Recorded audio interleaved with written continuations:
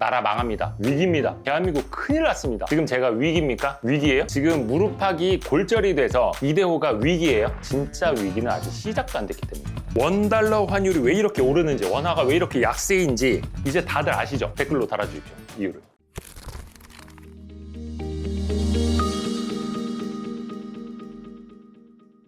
아니 이거 줄 아니 괜찮아 내가 이거 밟고 넘어진 거 아니야. 들어가 뭐 나오고 그래. 이걸 밟고 자빠져서 다리가 이 모양이 났다. 요즘에 제가 야식 잡서를 많이 못 올린 이유가 있는 거는 많은 분들은 모르시겠구나. 며칠 동안 라디오도 쉬었었고 무릎팍에 철심을 받고 왔습니다. 그러니까 진짜 이 줄이었잖아. 이거 이 밑에 있는 이 줄 이거 밟아가지고 찍 자빠지는 바람에 지금 슬개골 골절돼가지고 처음으로 몸에 철심이라는 걸 박아보고 별짓 다 하고 있습니다. 여러분 지금 제가 위기입니까? 위기예요? 지금 무릎팍이 골절이 돼서 이대호가 위기예요?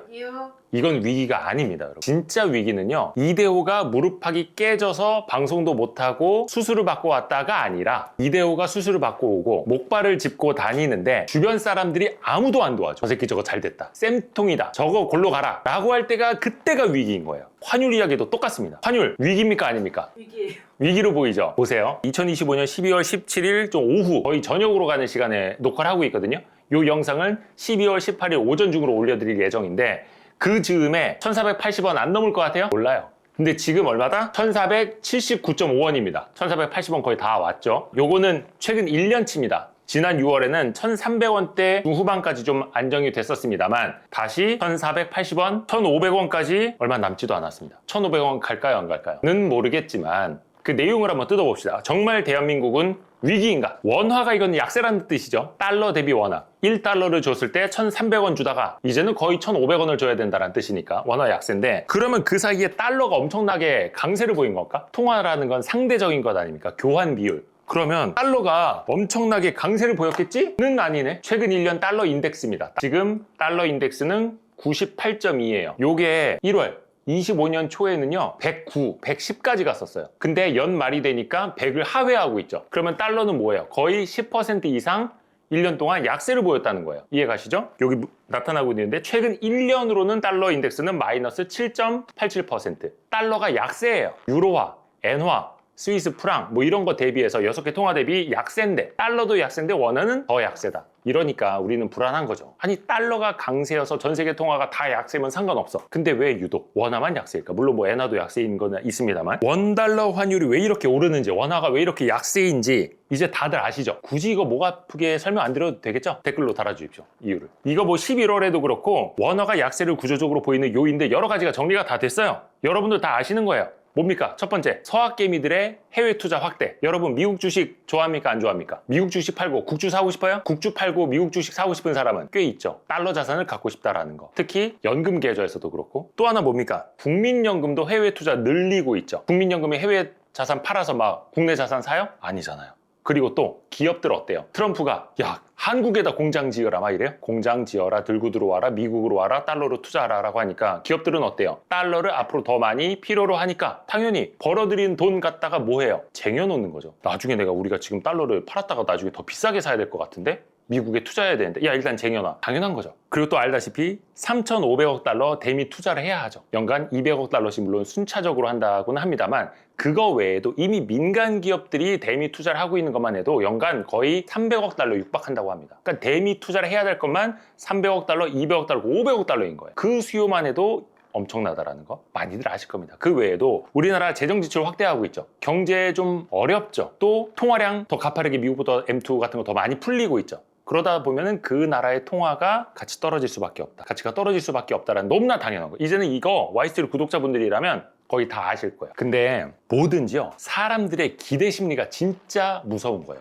요거는 제가 지난달에 3주 전에 Y3 유튜브 커뮤니티에다가 투표를 올렸어요. 앞으로 원달러 환율 어떻게 될까요? 이게 한 1,460원? 고즈음 환율 때 올린 거였거든요. 어떤 게 제일 많을 것 같아요? 답변. 계속 올라서 1,500원 넘을 것 같다. 다시 하락 안정될 것 같다. 지금 수준 유지될 것 같다. 한 1,400원대 중반? 어떤 게 더 많을 것 같아요? 첫 번째. 첫 번째요? 세 번째. 세 번째, 계속 올라 1,500원 넘을 것 같다. 62%였습니다. 62%. 거의 3명 중에 2명 가까이가 환율 계속 오를 것 같다. 1,500원도 넘을 것 같다. 라고 보고 있어요. 이게 사실 우리가 연준의 통화정책 공부하고 물가 때문에 뭐 금리를 올릴 것이다 이런 거 얘기할 때 중앙은행이 두 가지 물가와 싸워야 된다라는 거 들어보셨어요? 현재 인플레이션과도 싸워야 되는 거고 기대 인플레이션과도 싸워야 되는 거예요. 사람들의 기대 심리를 꺾어야 되는 거야. 집값도 잡아야 되지만 지금 집 못 사면 큰일 날 것 같다라고 하는 포모 심리도 꺾어야 되는 거거든요. 그게 어려운 거예요. 그러니까 지금 실물 시장에서 원달러 환율도 중요하지만 환율이 계속 오를 거야. 원화가 계속 쓰레기가 될 거야 라는 그 기대 심리도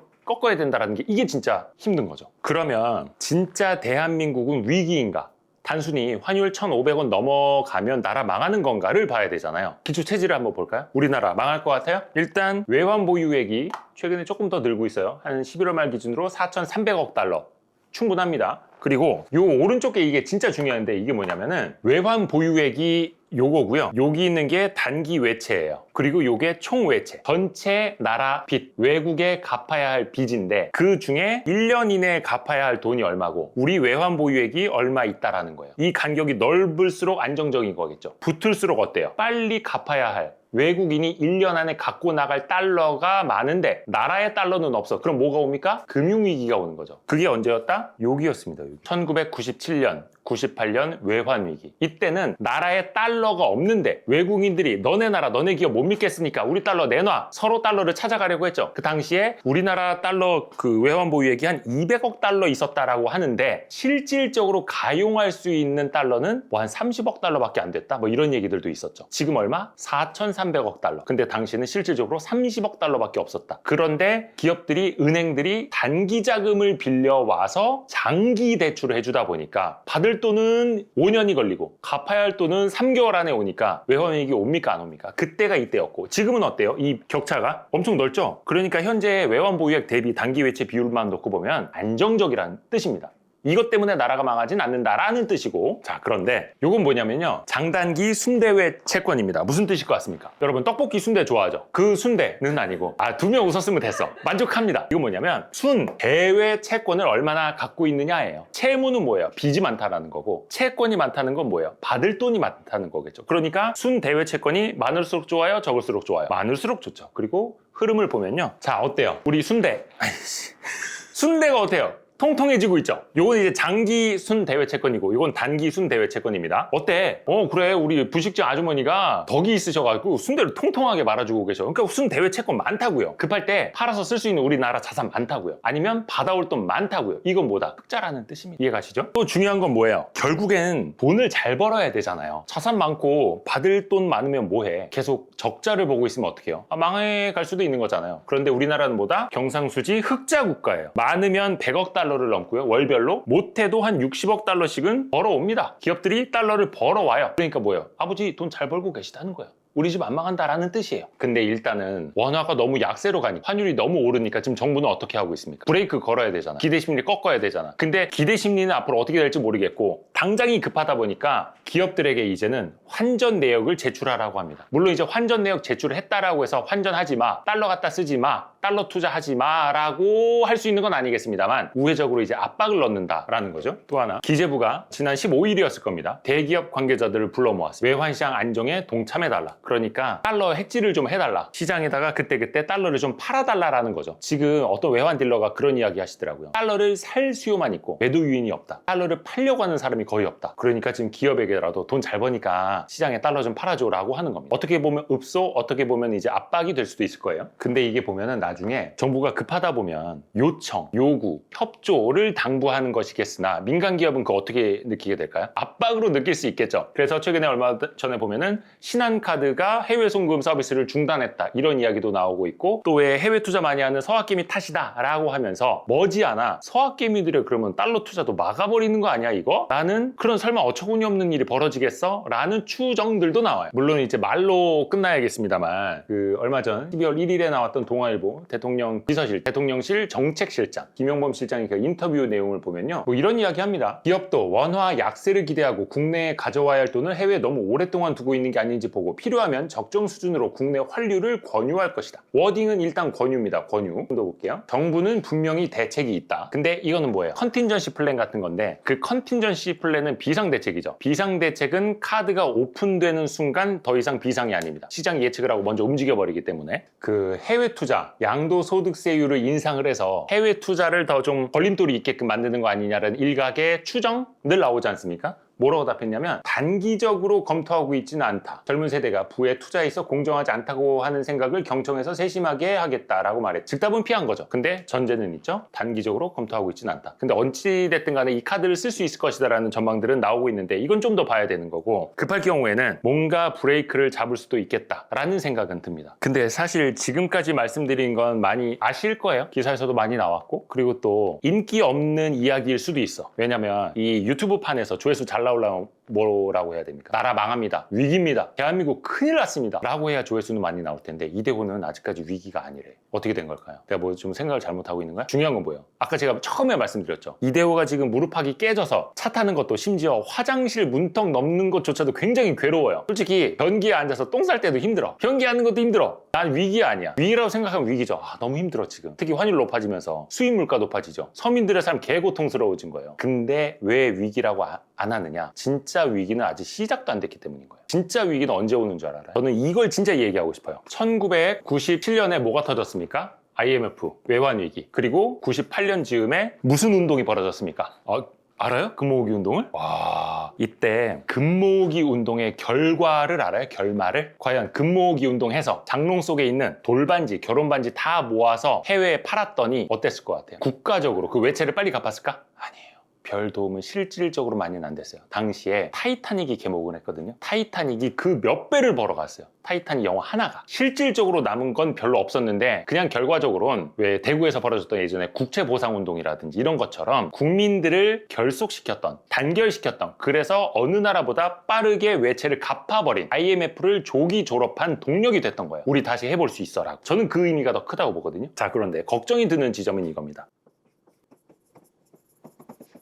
2026년에 혹여나 환율이 막 1,500 몇십 원까지 가서 나라에서 막 요청을 합니다. 혹은 지상파 방송에서 당시에 금 모으기 운동처럼 달러 모으기 운동을 합시다. 시장에 달러 풀기 운동을 합시다 라고 해요. 그러면 보고 계시는 여러분은 동참하시겠습니까? 고개를 가로짓고 저 뒤에 계시는 분은 웃고 있어요. 아니 나라가 망할 것 같대잖아. 위기라잖아. 달러가 씨가 마른 데잖아. 달러 공급이 필요하잖아. 개인도 안 팔아. 국민연금도 안 팔아. 기업도 안 팔아. 달러를 누가 팔 거냐고. 물론 외국인 투자 자금이 들어오면 달러는 유입이 되겠으나 그 이상으로 들어와야 된다는 건데 다시 한번 물어볼게요. 여러분에게 급히 달러 모으기 운동에 동참해 주십시오 라고 하면 동참하실 거예요? 97년, 98년 금 모으기 운동 때처럼 할 거예요? 왜 안 합니까? 외국인이야? 매국노야? 대한민국 사람 아니야? 그러면 그거예요. 아니 이대호 네가 위기 아니라며. 그러면 1,530원, 1,550원 슬금슬금 1,600원 할 수도 있겠네. 뭐 그럴 수도 있겠죠. 그러다가 진짜 위기가 오는 거라고요. 경제 체력 더 약화되고 원화자산 쓰레기가 되고 그러면 우리 눈에 보이잖아요. 이대로 가면 안 된다. 달러 모으기 운동을 해주십시오. 달러 매도 운동을 해주십시오 라고 하면 할 거냐고요. 안 할 거라는 거죠. 왜? 응답하라 98이 아니에요. 이 사이에 세대가 한 3번은 바뀌었어요. 이때의 주 경제를 운영했던 그 나이대층